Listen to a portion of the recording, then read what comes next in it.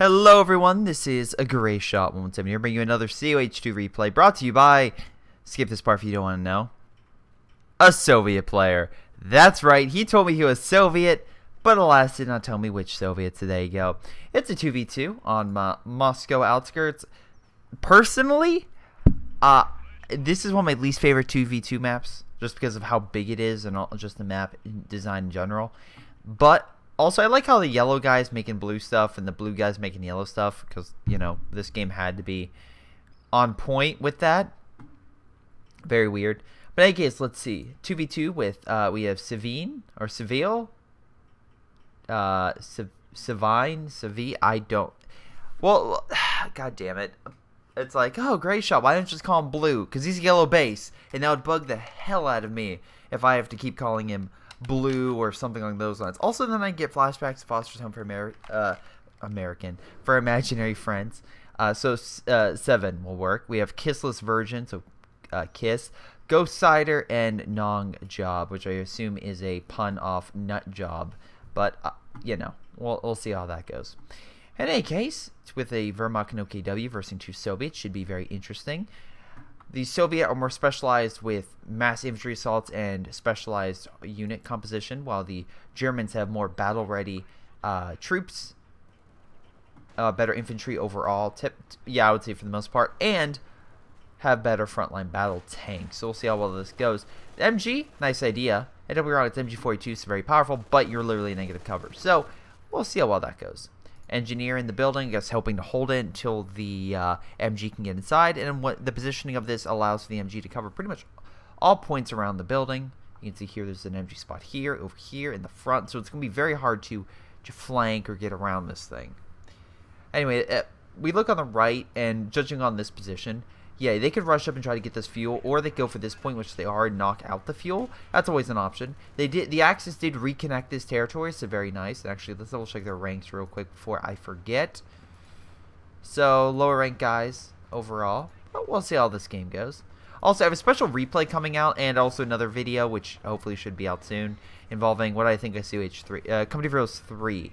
No, it hasn't been announced yet. I'm just making a speculation video, because, you know, YouTube's like, hey, you can't make anything else that's, you know, a first-person shooter, otherwise it's not advertiser-friendly. And I'm like, oh, god damn it. Nice kill, by the way, on the squad right over there. But, yeah, it looks like the Soviets are pushing up in bulk. Oh, great, they both win it. So I can't even determine for right now. Nice kill with the scout car. Man, that guy is like, goddamn Jackie Chan. He's just jumping and sliding all over the place. Too bad he died. Anyway, Volk Squad's having to pull back. If I was him, I'd use this heavy cover and just use that as a stationary point. You could have, unfortunately, have the penal troops throw some satchel charges and blow them out, but if they try to charge, focus fire and deal with the damage.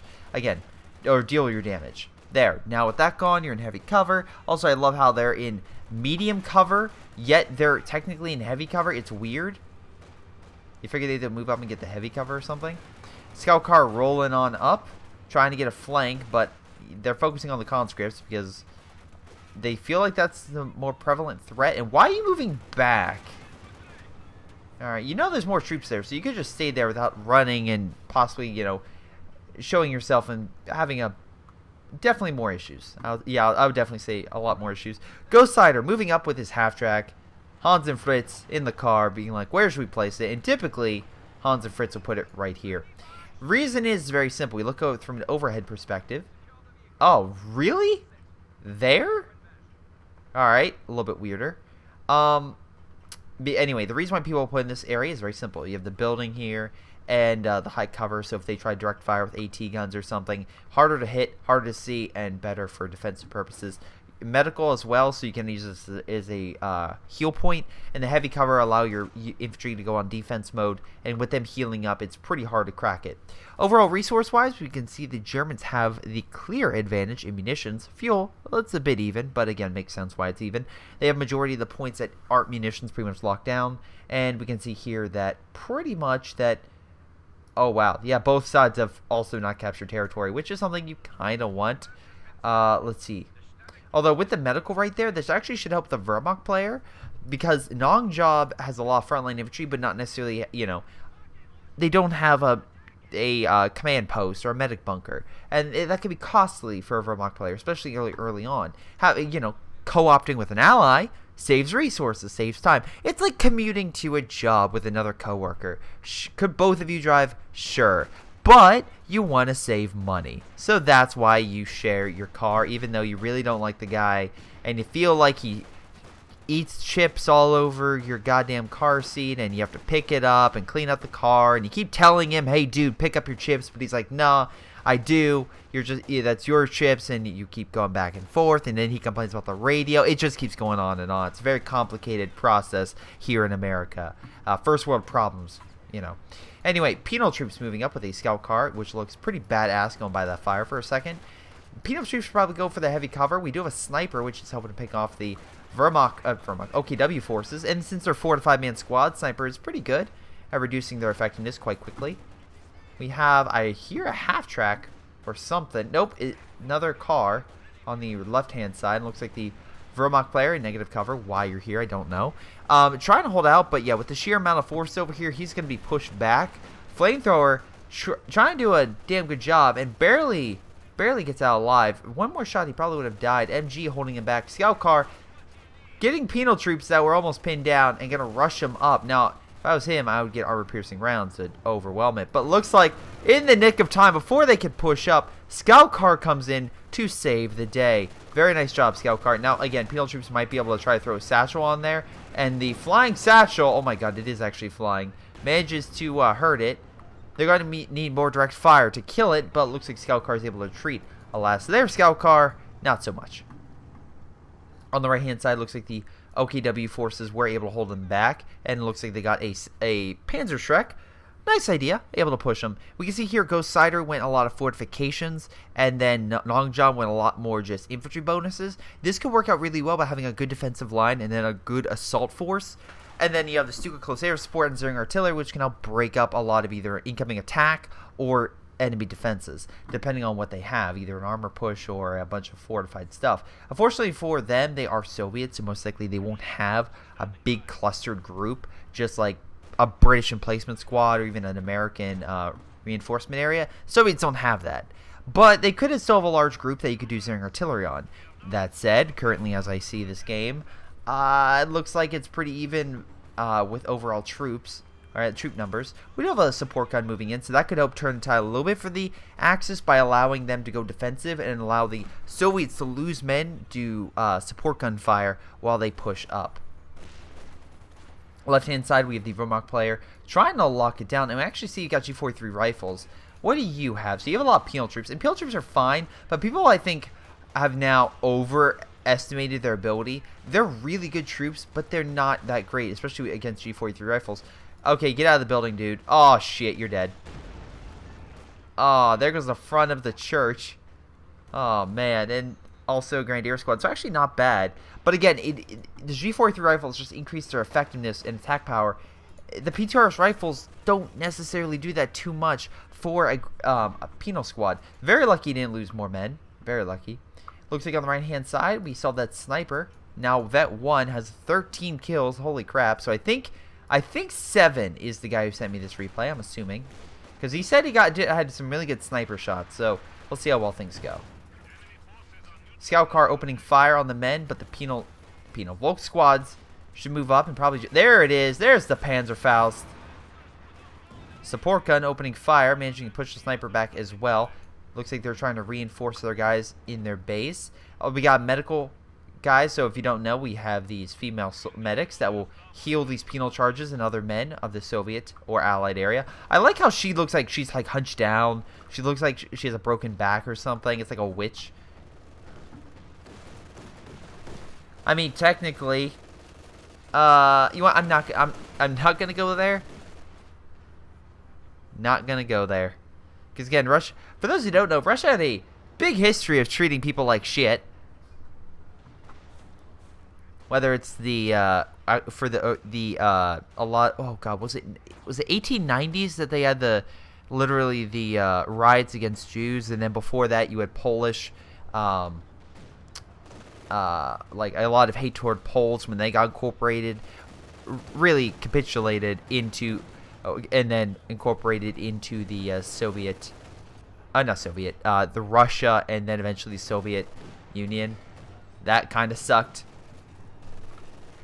So it's like they've had a stigma. But that being said, America's also had a stigma. Pretty much every couple years, it's a new thing. For example, again, even though people are like, oh, you had a lot of, it was usually the South. It's like, no, if you move up north, I personally know my families that lived in the Pittsburgh area. A lot of Poles were not looked upon kindly because, again, they were seen as lower class Europeans. Nice sniper shot, by the way. That moved in. Same thing with Irish in like the New England area, and then all sorts of other ethnic groups. It's a weird thing where always, and also funny enough, there was a story in which there's a 100%, like I kid you not, a 100% just Mexican jail that they have, but there's still conflict because it's like, oh, you're not Mexican enough. You're slightly American, so we're going to treat you like shit. I'm like, really? You're really finding ways, the bare minimum, to hate each other.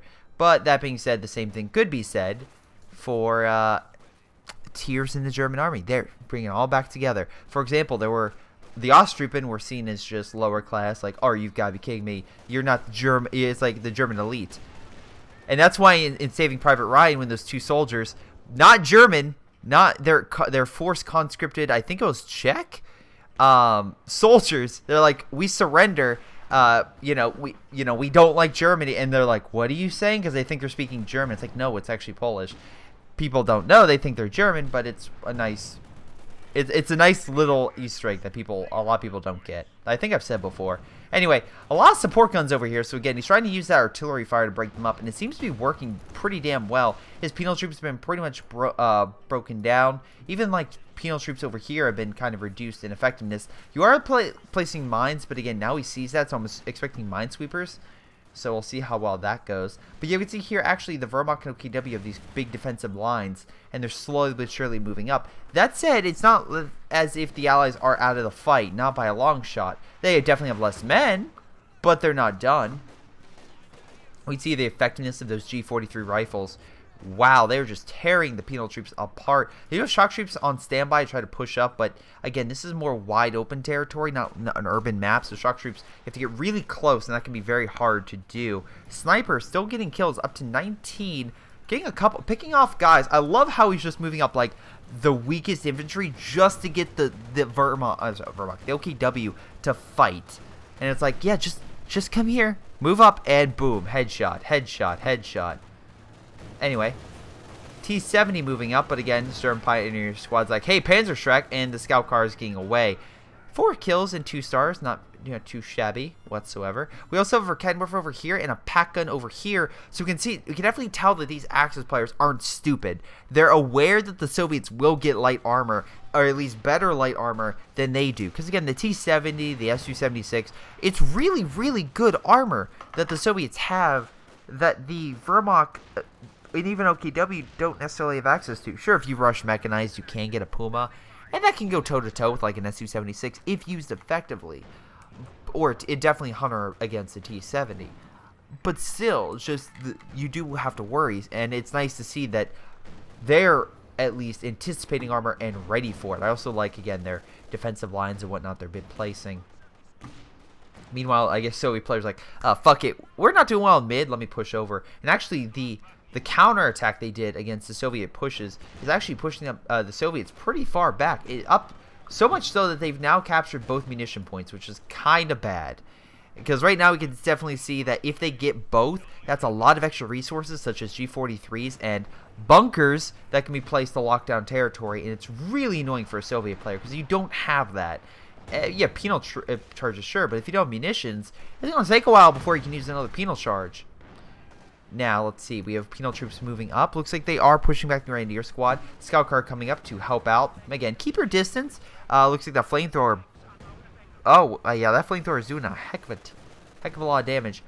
Pack gun on standby. Kind of maybe a bad idea to be that close. Unless you have a mine. No, you don't have a mine. I thought that might have been. But I was going to say something to blow it up. AT gun moving up. Looks like they are prepared now too. And if I had to guess, the scout car is going to be KIA. in a few seconds. No, it actually lived. I'm very surprised. But it also, they're not upgrading their penals with PTRS rifles. Because again, that would literally take off like between 10 to 20% of a scout card's armor in like one hit or more. So it's like, maybe that could be effective. Because right now, before you have the AT gun, you really don't have much AT. And right now, I'm assuming you're saving up for the mechanized armor Campagna, but I'm not entirely sure. You could save up for an IS-2, and that could be effective. And again, he went the shock rifle front line, so it's more anti-infantry components, where Nongjob has his specials more anti-armor with the super close air support. But we'll see how things go. 21 kills with that sniper, so close to getting Vet 2. Penal troops still moving up.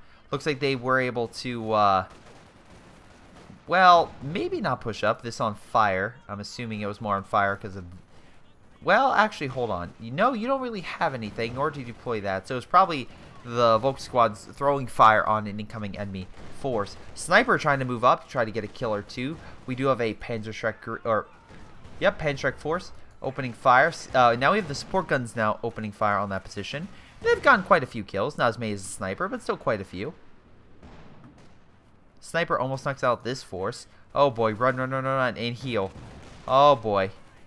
Open fire. Ooh, that was a good hit with the artillery. Managed to really weaken these penal troops. They need to pull back now or they're going to lose a squad. And there you go. Those support guns are just hammering the Soviets every time they launch a major assault. Because they get close and then they just get in a really good firing lane and just get taken out. So they really need to get their own artillery. T-70 could get a pop shot here or there, but judging by what they have, it's very unlikely. Though, positive news, they're not really paying attention to their right-hand side. And 7's like, well, if they're not paying attention, why don't I just take it? And that's a good strategy. Also, we can look here, Nongjob does have a ton of manpower. I'm very curious why. I'm assuming that, once again, he just like... Oh, nope. Kisle's Virgin is not. He's definitely going mechanized armor Campagna. So, Nongjob is going up for a Tiger. A risky maneuver, because again, you're delaying your armor. And 7's going more heavy armor. Heavy armor. If heavy infantry with the heavier mortar and the heavy infantry with shock troops. Heavy artillery as well. Not a lot of armor, but again, it's a good contradictory point because the artillery matches for the fortifications artillery and the IS-2 matches the Tiger. So it's actually a lot closer than you would think. Also, once again, the Germans have not captured this territory. It's been 17 minutes. Dude, capture the territory. It will help you. Left-hand side, looks like there's a big push going on. Trying to overwhelm that MG, and actually, I think that's an MG42. Overall, though, the Grenadiers' assault has been kind of delayed, and these penal troops are picking them off. Though flamethrower units coming in to try to help, they are 3 stars. So not only is it, of course, you know, stats charge are a little bit cheaper, but increases squad survivability so they can take more of a beating. Sniper on the right-hand side looks like moving up, picking off a couple squads. I love how he's just going near this building and just picking them off. That's my favorite part. Because, again, if you look here at the range, it's just barely in range. And they're using a heavy cover. So while they're fighting this monstrosity of a blob, the sniper's like, well, why don't we just keep picking them off? And that's not a bad strategy. Because, again, they're fighting over there. They're having a big battle. We have grenades going off. And the sniper's like, all right, I'll just keep picking them off. And I know, it's like weird. They only fire 1 shot in this sniper team, but at least if you lose 1 sniper, you have a backup. So that's pretty nice. Although, that being said, it's slowly getting a veteran. So we can see both are Vet 4, which is very bad. Very bad indeed. Especially if you're a sniper, because they'll tear you apart very quickly. And it looks like he realized that, so he's going to pull back with his sniper team, make sure they don't die. Support guns opening fire as well on the sniper team, trying to pick them off. Sniper team, though, does not give a fuck and is trying to pick them off. T-70 trying to get a kill on that Volk squad. So close, but yet so far manages to hide behind there and reinforce itself.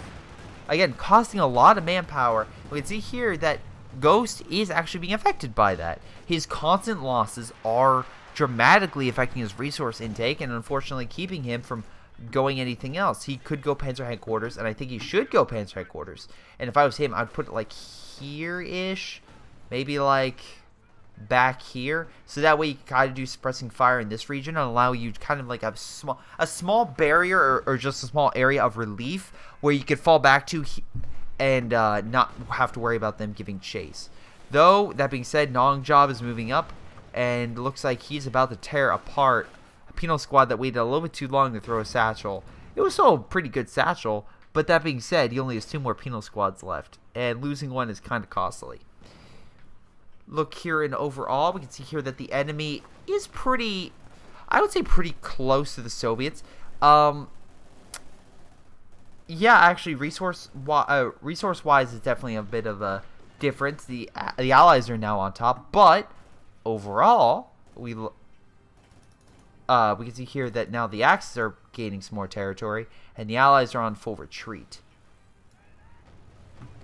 Scout car moving up with a Panzer Grenadier Squad and Grenadier. Should probably spread these guys out, like the Grenadier Squad move here, or Panzer Grenadiers to go with fire on these guys. Or actually, no, Grenadier Squad here move up with the Grenadiers and try to hold them back. Looks like they are healing that base, so it looks like that penal charge was kind of worthless.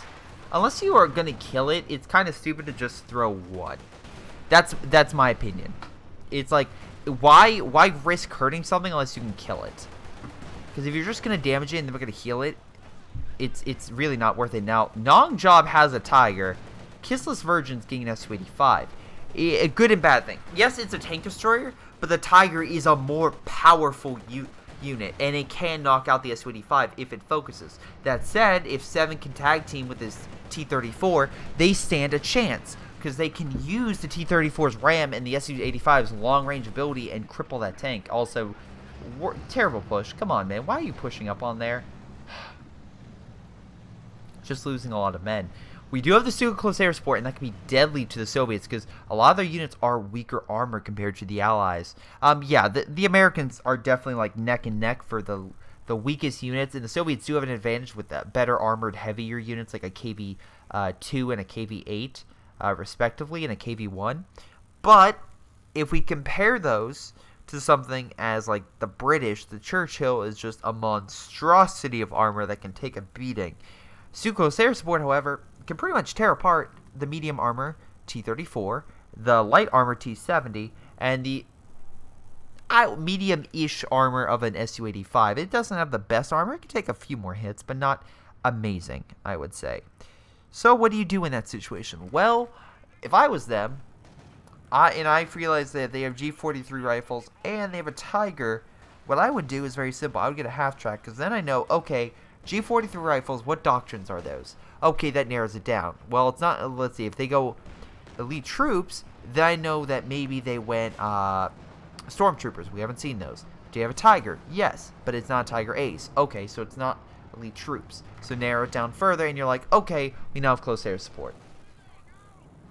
And especially if you start seeing that, it's good for AA to make sure incoming planes are shot down, which is something that I think you've dealt with in some capacity. I know there was a flyby, but I think it was more the Sternvik strike. Which, again, same thing for the Wehrmacht. An OKW can isolate. Okay, it's like, okay, he has shock troops. He has a flame ability. So, as far as I can tell, he shouldn't have a recon. There are a few abilities that could have that. I guess still, if we're talking about the other guy, or if it's 2 players. But again, I know a lot of people have like everyone has the same color, and that's a thing. But again, I like having each single person a different color, so I know, oh, this guy's moving up. So that way it's not, oh, this is just one big force, because it could be multiple armies, and that's bad when you're trying to focus one. Anyway, it looks like Sternvik strike's coming in. Not going to really do all that much. Panzer headquarters now online. Decent spot, but again, Su-85 or AT gun could fire and really hurt that. Tiger giving chase. We do have multiple T-34s though, and if they move up with a T-70 and try to hurt that, wow, that plane almost crashed into the Tiger. I guess a suicide pact was enabled. Be like, okay, if you see a Tiger, just crash the plane and kill it. Unfortunately, these T-34s cannot penetrate that thing's front armor, having a real tough time. Su-85 though, going on the flank, missing the shot because of the hail taking the hit. We do have a Verkenwerfer and a pack gun watching its flanks. That's very cool. And it looks like we have a Stuka Close Air Support, I assume. Yep, there it is. There's the Stuka Close Air Support flying overhead, looking for a target. And they will find that target if it's in the range. See that circle? Su-85's not in there, so you don't have to worry. This Tiger's going really, really far, and I think that could be overkill for it. That being said, looks like they tried to push, but the Panzer headquarters opened fire along with the pack and managed to knock out the T-70. Stuka Close Air Support coming in, That T-34 is screwed with one more shot. And I'm assuming the planes might come back, which they are. Nope, not hitting it. Pack gun, though, it could fire one more. Could escape. Yep, they get out of there. Oh, Tiger's coming over here. Lots of penal troops have to watch out for those satchels. T-34's on the run. Tiger's giving chase. Planes overhead, and Tiger misses. One more shot, and either one will kill it. Oh, got the crippled one. The one with no gun. It looks like we have an airstrike coming in of some type. Assuming zeroing artillery, maybe? I think it's zeroing artillery. Yep, it's zeroing artillery. So that was a good push by the Axis. Came in multiple directions. Was decently covered. I would say more so with versing anti-tank than infantry. You had the pack gun station to counter against armor, but you really didn't have anything against the infantry too much. That being said, their own inaction to get PTRS rifles of any type kind of is annoying me at this point, because it's like, okay, you have a Tiger. It may not death blow it, but it will still hurt it.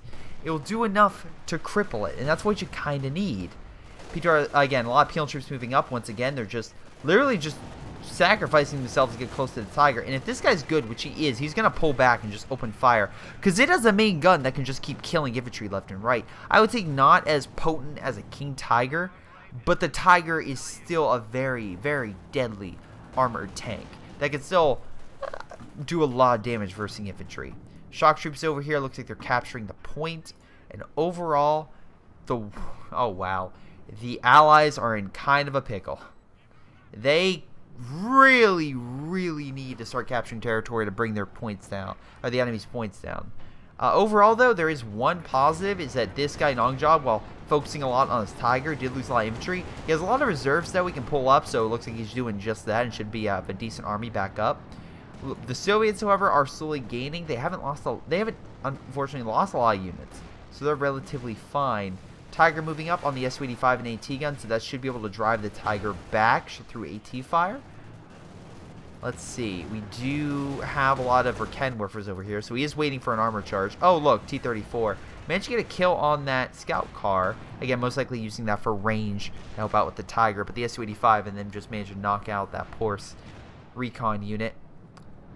Let's see, Virgin, and we have a 3-star sniper, now 35 kills. That's pretty good. That's pretty damn good. T-34 moving up. I'm assuming what he's trying to do is get a T-34 armor group going. Personally, I wouldn't have gone the second T-34. I would probably have gone artillery to try to hit this area, try to break them up. And again, you can put the artillery right next to your base. That's me. We'll see how well the T-34s do. But that Tiger's now Vet 1 and has there's no reason for me to believe that it's going to be simply taken out. Also, I like his guard force. Again, very nice. Crippling that T-34, putting out of commission, make sure it's pushed back. Left-hand side, KV moving up, burning a lot of infantry. Very hard for AT and whatnot to hurt it, because, again, not only is heavy armor, but if it tries to get in range and fire, they can use the flamethrower and try to burn them out. So, has that issue. Though the Tiger moving up got caught by the Su-85. Nice hits on it. Again, Tiger, very powerful, but if you keep going at it, eventually it'll wear itself out. Because again, it can take a lot of hits, but it can't take them indefinitely. That's why I think of it's just like if you don't know, and again, it depends on the fighter, but a lot of larger fighters have a harder time keeping up with thinner opponents, because they have to make sure they have the exercise necessary for endurance and stamina. Because again, it takes energy to move, and if you have more muscle mass and other things, or again a larger component, it takes more power to move it. Where a smaller guy can move in for a lot more fast strikes, which is what the Su-85 was able to do. Was able to keep hitting that Tiger with a lot of good strikes on its side, while it was preoccupied with a bigger, heavier unit that couldn't stand up to the Tiger, but it can't really keep fighting multiple guys at the same time.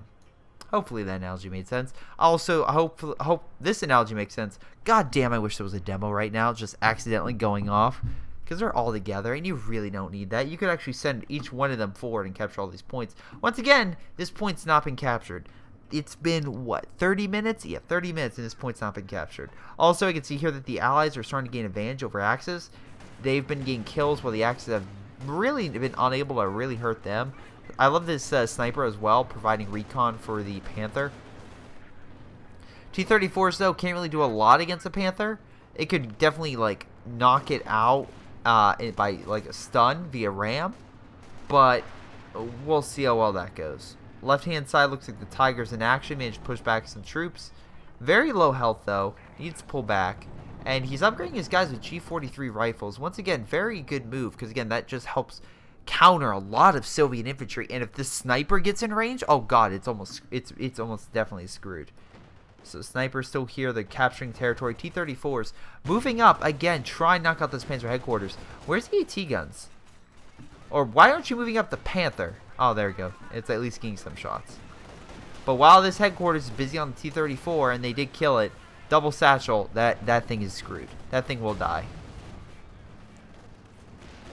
Very nice. Support guns opening fire, helping clear and push back the infantry. Overall, I would probably say that was a win for the Soviet player because they were able to take out a more expensive resource away from the Axis. These T-34s could knock out the Panther if, again, no, very nice. They got behind, rammed it. I love how he just went through. Like, that makes sense. However, Panther is still showing front and moving, so that could be very hard for the T-34 to hit. And also for them to penetrate Panther armor. Oh, that poor Stern Pioneer squad. Oh, man. Pack gun on standby, opening fire on the weaker German Soviet forces. Wow, knocked out its main gun as well. That sucks. It's going to throw T-34s out of commission for a few minutes and should allow the Germans to recover on this side. And it hopefully lock some stuff down. It's weird. I went fortification, and I've really yet to see why he's picked this. He's using artillery, but not all that effectively. 44 kills. And it could be killed by a goddamn Panther's MG. Up, MG knocked out one sniper. Though, again, nice thing about having two men. If one body dies, the other survives, and they can rush back. On the right-hand side, what do we got here? We still have the KV-8 flamethrower unit. Not half bad. Again, it could burn infantry, but it looks like, unfortunately, it took some damage to the engine, so...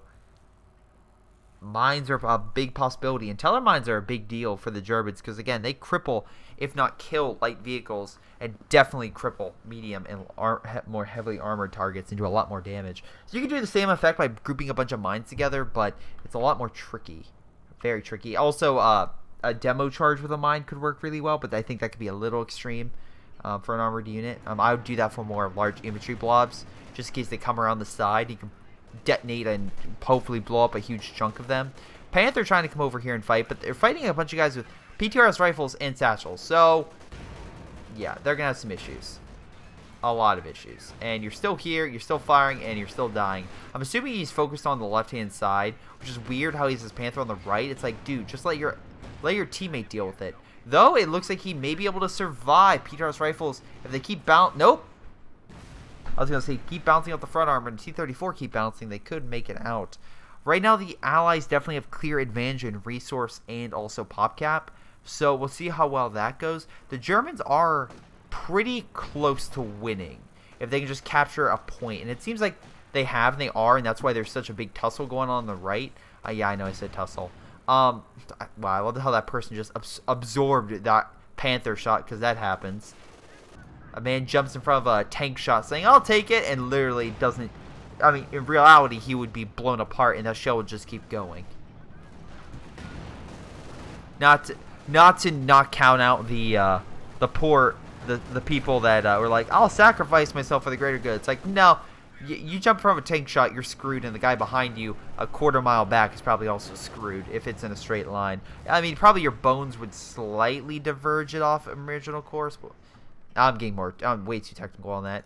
Well, unfortunately, it looks like the KV-8 died, but his Tiger died as well. Kissel's Virgin is deploying something, and it is KV-8, so he's restocking. The non-job could deploy another Tiger, though once again, it'll take like 5 minutes for him to do that. So we'll see how well that goes. It could be very costly for him if he doesn't get something right now to turn the tide. And if I'm looking at this, by the way, once again, nice sniper. If I'm looking at this correctly, what he might want to end up doing is Oh, wow. The shock troops coming on the side. Well, let's see. I think he's going for a Panther, right?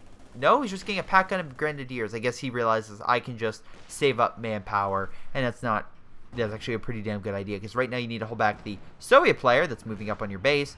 And also shock troops. So, Panzer Grenadiers can kind of hold them off. Not really, sort of. Kind of, maybe. It's like Genos versus Deep Sea King. It's a great fight, but you know it isn't going to last too long. And you know who's going to win. For those who are new to CH3 replays, I like to make lots of references. There you go. Panzerfaust could be going out and could cripple, but alas, really just barely hurts the KV-8. Again, just all that armor. And supposedly the fall patch will be out soon, quotation marks. So we'll see how well that goes. Kind of curious to see how their new implementations will work. But again, I love it because they're updating the B4. Ram ability cripples the T-34 and actually kills it. But again, knocks out the Panther. And that was a great hit. Crippled it just enough for T-34 to go on its side and get a nice shot through its side armor. Very cool indeed. We have KV-8 trying to burn out the infantry. Not a bad idea because they're only versing infantry. Pack gun getting some shots off but missing targets. Alas. Panzerfaust going out but just not doing anything. Running through fire. Taking some more additional hits. Pack gun opening fire on the KV-8. Doing a bit of damage. Not too bad. The right hand side. Or actually mid. We saw the Germans trying to capture point. This is where once again it's just like. Okay, I know you're like really close for the enemy to lose. But don't throw everything you have away. That being said, if you're... Oh, nice demo. I love how the Soviet players like, they're going for the victory points. Let's set up a charge. And it looks like he has set up that before. I think that's him. And maybe blowing them up. Either that or it's just map detail. I kind of forget. I'm sorry if I don't know every crevice in every map in this game. Even though I've been doing it for hundreds of hours. So I should probably know at this rate. So, yeah. Anyway, it looks like on the left-hand side, they're managing to capture that point. There's really not much stopping people from just rolling up. And I'd actually be surprised if the enemy... Wow, okay, another T-34. What I was going for is Katusha. That way we can keep hitting that point because you know they're going to go there. So why not try to target it? T-34 is rolling up, just tearing apart enemies. Nice bundle grenade. Did quite a bit of damage to one unit. But alas, you still have two more. That 2 and 3 respectively instead of that recruit unit. So yeah, you have to worry. Plus we have a T-34 army coming into the mix. Along with that damn sniper now, 52 kills. Just tearing you guys apart. Still, after all this time, it's still alive. And again, to try and knock out the MGs. Again, move up, fire, hit, pull back. Move up, fire, move back. We have some type of... Look, I'm guessing there's going to be some... Oh, no, Sternvik strike. Help break up a lot of the infantry. Oh. Panzer headquarters is killed, so let's say A. I've seen it be killed by a tank's MG, though. I don't think that's ever possible, and I don't think there's ever a record... If someone can tell me in a recording event in which a tank shot down a plane, that would be really cool, or a helicopter. But as far as I know, that didn't happen. Before... Oh, that's a beautiful shot. And before you say, oh, Greyshot, it was World War II. Helicopters weren't around. Wrong, sir. Helicopters were used by the Germans in some capacity. And the Americans used it to say, oh, was it 1944? There was a helicopter rescue performed in the South China Sea, I think? Off some guys who, I think their either plane or boat went down. They got a helicopter to rescue them. And the helicopter was essentially just used for logistics. Although if you saw the helicopter, it was like this monstrosity. It's like, what is this thing? But still, they did have helicopters in World War II.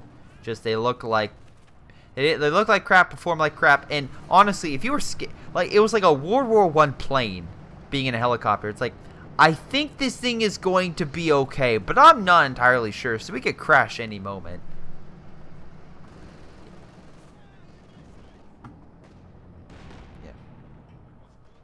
And then the U.S. government's like, okay, we have two options. We have the jetpack, and we also have a helicopter. Which one's better?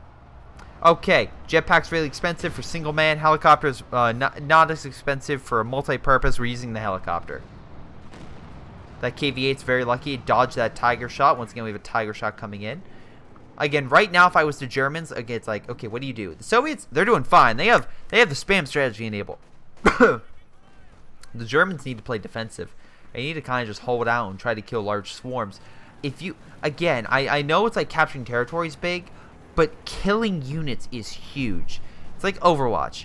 You can say you're the best guy, or any other game. You can say you're the best player ever, but if you can't even kill the enemy, and you can just say, "Hey, I hit that guy." Well, if you're not killing him, you're not doing your part. You're not helping turn the tide. And right now, the enemy 7 has a giant goddamn army with a sniper that keeps harassing you. Now 65 kills. Holy crap, that thing is powerful and annoying. But yeah, it's like, that's great, but you need to start getting kills if you're going to turn the tide. And alas, the Soviets are being very sneaky. They'll do a couple hits, they'll pull back, but they're doing it just enough. And now, oh boy. Oh boy. We have an IS-2. KV-8 moving up, I guess, trying to stop them from decapping a territory. Hold on, isn't there a demo? Oh, it looks like demo went off and killed a German. Tiger taking some hits. Could get a kill. Definitely gets a kill in that KV. That's a decent blow. We do have an Su-85 and AT gun opening fire. Again, getting some nice, Tiger's getting some nice shots off, but has to pull back.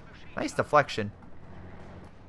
Big push moving up. Once again, I don't know why you're trying to capture mid.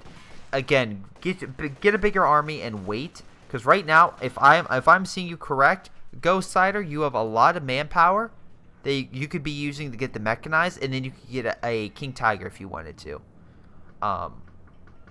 Also, I'm really surprised you didn't get a Pak-43. I know that seems really childish and stupid, but I'm actually being quite honest. Like, a Pak-43 here would have probably held back a lot of these T-34s. Because they could pretty much two-shot T-34s. So, just a reminder on that. If you have a T-34 problem, a Tiger or a Pak-43, especially even on a larger map, as long as it's a wide open territory and you can have you can put a space between you, the T-34, and of course, right way in the back, your Pak-43 firing, you're fine. We have Grenadiers trying to push up, but the goddamn penal troops are like, sorry, no can do. Peace, get out, leave. You shall not return. Half track, kind of trying to figure out where it's supposed to go.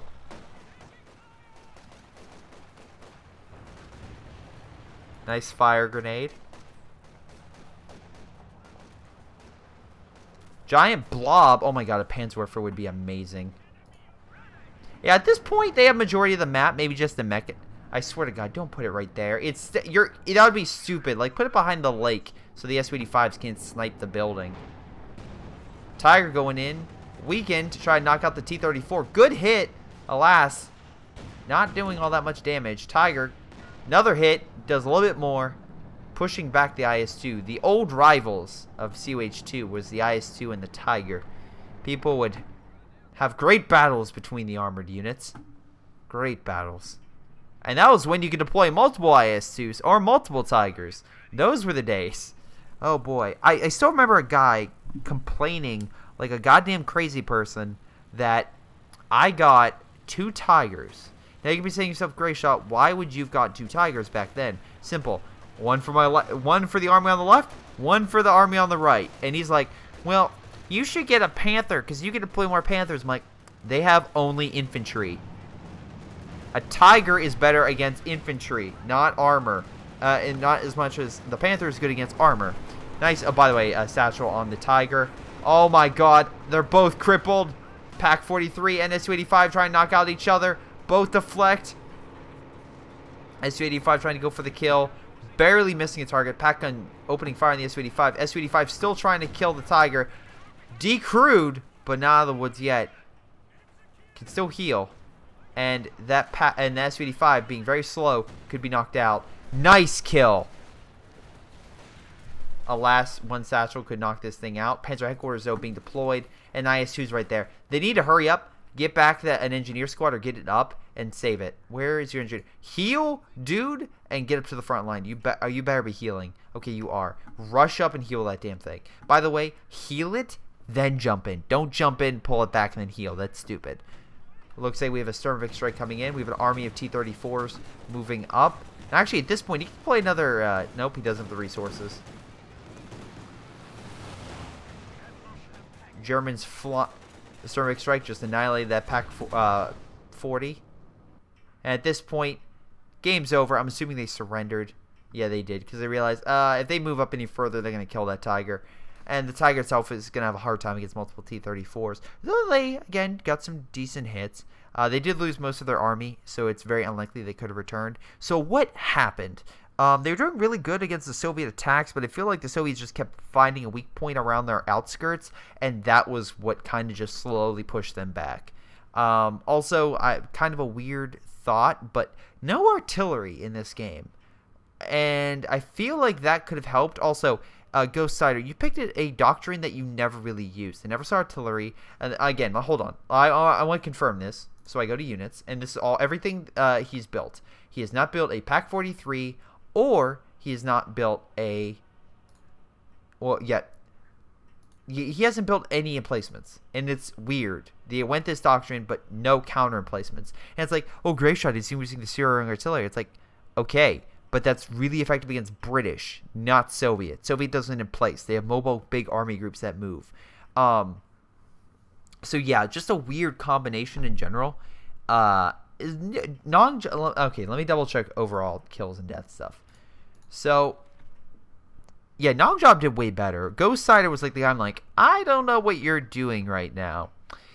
But yeah, 43,000, not bad. Actually, the most for Nongjob.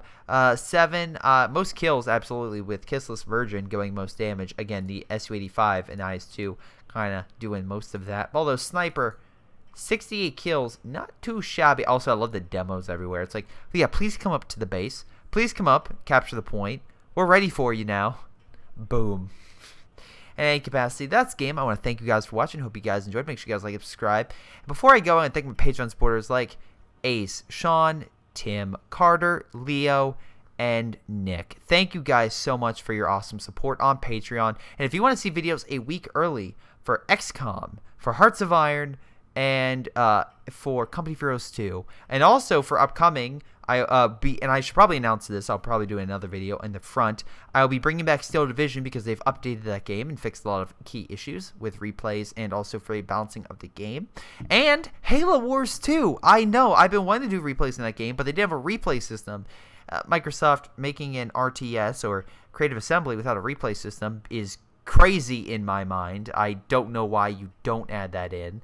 Even on console, I remember Tom Clancy's End War having a replay system for an Xbox 360. It's like, come on. They've done it 9 years ago. You could have it for a 2017 game on console. And actually, I'm really surprised games don't have a theater mode. And it's kind of shocking. You can do that for multiplayer in Halo, but a lot of games have kind of pulled back from that, and it's really, really shocking. I know it's like, oh, Greyshot, you don't need theater mode, you can just record it. It's like, yeah, but I like going back, and especially in Halo, there's all sorts of stuff, and especially in the campaign, it's like, well, why can't you add theater mode? I don't know. Anyway, I'm going on off topic. I want to thank you guys for watching. Hope you guys try. Make sure you guys like, subscribe. This has been Greyshot17. I'll see you all next time.